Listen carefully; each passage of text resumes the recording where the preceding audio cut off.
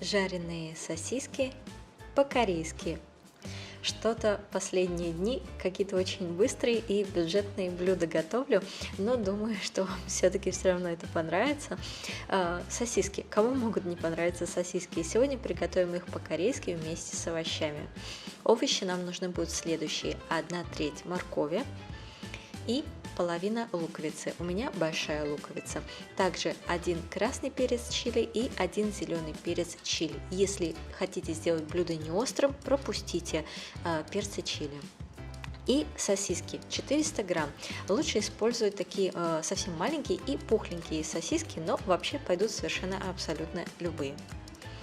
Итак, мы нарезаем лук полукольцами, средней толщины или более тонкой, как вам больше нравится, это в принципе не принципиально. Далее нарезаем морковь тоже полукольцами, приблизительно той же толщины, что и мы нарезаем лук. И нарезаем перцы чили тонкими кольцами. Вообще, какой формой нарезать овощи, это не принципиально, тут вы можете сделать это по-разному. Затем мы делаем несколько надрезов на сосиски, не глубокие надрезы, и количество этих надрезов зависит от того, насколько, собственно говоря, длинная сосиска.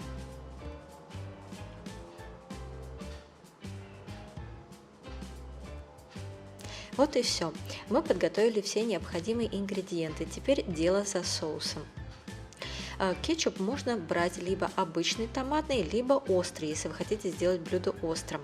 И кетчуп нам нужен в объеме 2 столовых ложек.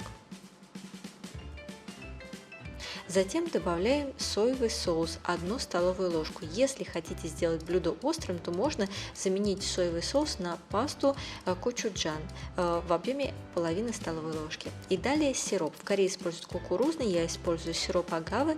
Добавляем в объеме 1 столовой ложки. Нет сиропа, просто замените на сахар.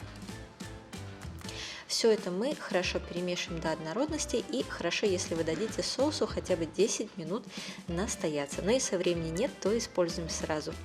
Теперь нагреваем сковороду с растительным маслом в объеме 1 столовой ложки. Этого будет достаточно.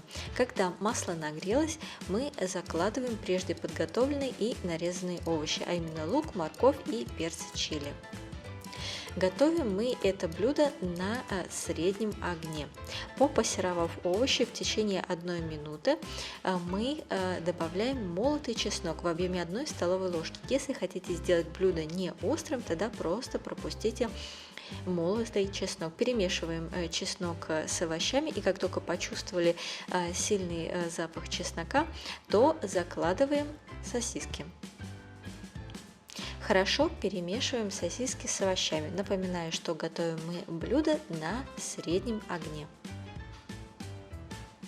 Перемешав сосиски и овощи, добавьте немного черного молотого перца по вкусу. Если хотите блюдо сделать не острым, пропустите черный молотый перец.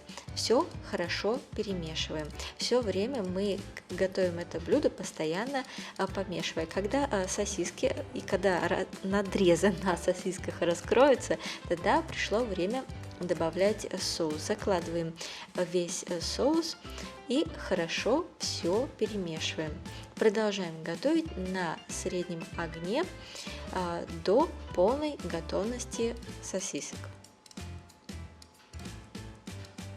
Когда сосиски будут готовы, то мы выключаем огонь и добавляем кунжутное масло в объеме 1 столовой ложки. Если этого ингредиента нет, просто его пропустите.